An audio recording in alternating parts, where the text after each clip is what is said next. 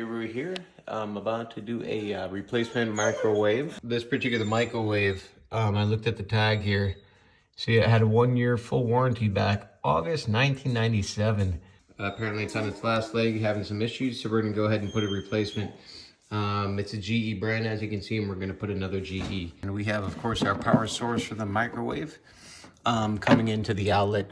Now, I'm assuming it doesn't say on this particular outlet, this is most likely a 20 amp duplex outlet here, as opposed to 15 amps. So 20 amps is what should be on the panel out there, meaning it's a 12 gauge wire as opposed to a 14 gauge wire 15 amp, which is the rest of the residential lights and switches throughout the house. So in order to dismount this microwave, you can see that we've got a top mount screw here and a top mount screw here as well. So we have to unfasten those guys. And once those pop off, it should loosen this microwave and bring it forward. Most of these sit on a track system in the back or some type of clip system that's mounted to the wall on either side or sometimes the bottom itself. Now we've got our microwave popped out.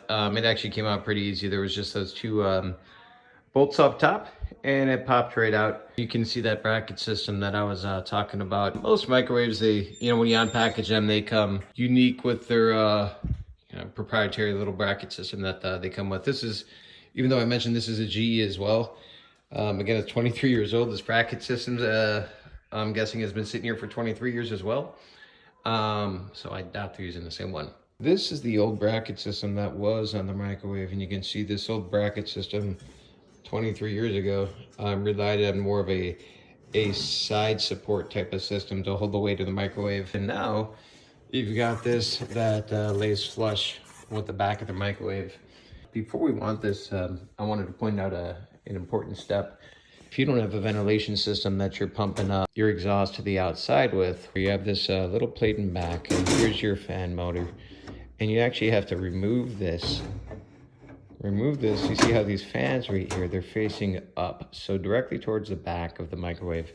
And you actually have to take this out and rotate it 90 degrees and put it right back in its hole there.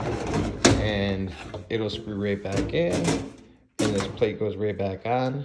But these come shipped with the fan blower to the back as a default, and then it is up to you, depending on the type of exhaust system that you have in your house, which way you need this guy facing. In this case, there's no exhaust system in the house that goes up and out of the house, so we are going to flip this for a reventilating system here.